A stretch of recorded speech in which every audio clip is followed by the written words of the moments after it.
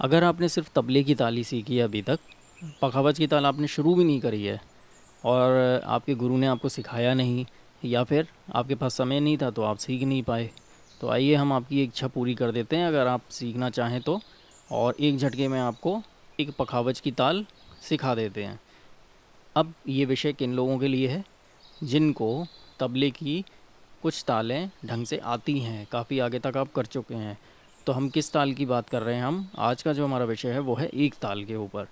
अगर आपको एक ताल में आगे तक बंदिशें, कायदे, ये सारी चीज़ें आप कर चुके हैं आगे तक, तो हम इन चीज़ों को दूसरी तालों में प्रयोग कैसे करें उसके बारे में हम आपको बताएंगे। तो अब आपको एक ताल में जो आपने बंदिशें सीखी हुई हैं, कौन कौन सी, अभी मैं उनके नाम लूँगा, वो ध्यान से सुनना। उन सभी बंदिशों को आपको पखावज की ताल में, किसी पखावज की ताल में आपको उसका उपयोग करना है। एक ताल में कितनी मात्राएं होती हैं? ये है 12 मात्रा की ताल। तो अब आपको इसका उपयोग किस में करना है? आपको 12 मात्रा की ताल पखावज में है 4 ताल। एक ताल जो है वो है 12 मात्रा की, 4 ताल भी 12 मात्रा की। एक ताल में 6 विभाग होते हैं, वो तो 4 ताल में भी होते हैं। एक ताल में 1, 5, 9, 11 पर ताली होती है, 4 ताल में भी होते हैं वो भी। और 3 और 7 पर खाली होती है, यही 4 ताल में भी होते हैं। तो अब इसमें बाकी बचा क्या? तो हमें एक सबसे बड़ी वजह पता चल गई। तो आपने अभी तक ये जाना कि एक ताल और 4 ताल में क्या समानता है। तो ये है समानता।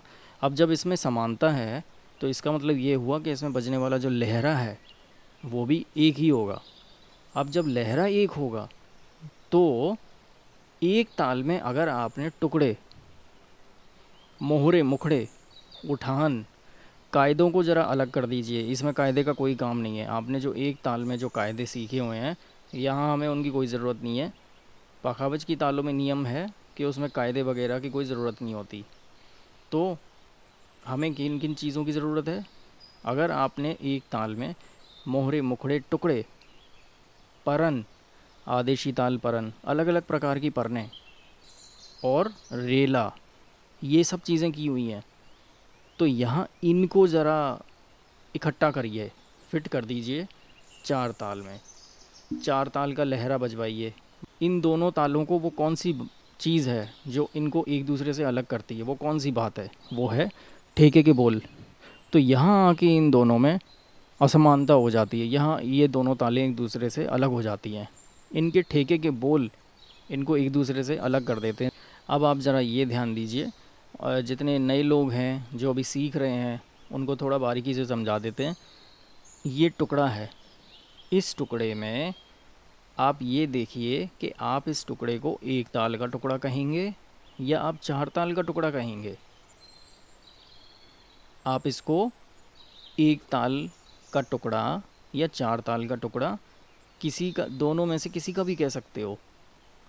क्योंकि टुकड़े में अगर पखावज के बोल हैं, मृदंग वाले बोल हैं, तो आप उसको एक ताल में भी इस्तेमाल कर लीजिए या फिर पखावज की 4 ताल में भी इस्तेमाल कर लीजिए, उससे कोई फ़र्क नहीं पड़ता।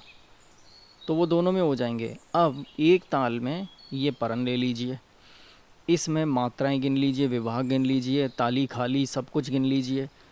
अब यही सब कुछ आप 4 ताल में, आपके पास कुछ होगी परन, उसमें चेक कर लीजिए, ठीक है, इतने ही आवर्तन की, और उसमें भी सब कुछ मिलेगा। तो अब आप ये भी नहीं कह सकते हैं कि ये एक ताल की है या 4 ताल की। आप इसको एक ताल में भी यूज़ कर सकते हैं और इसको 4 ताल में भी यूज़ कर सकते हैं।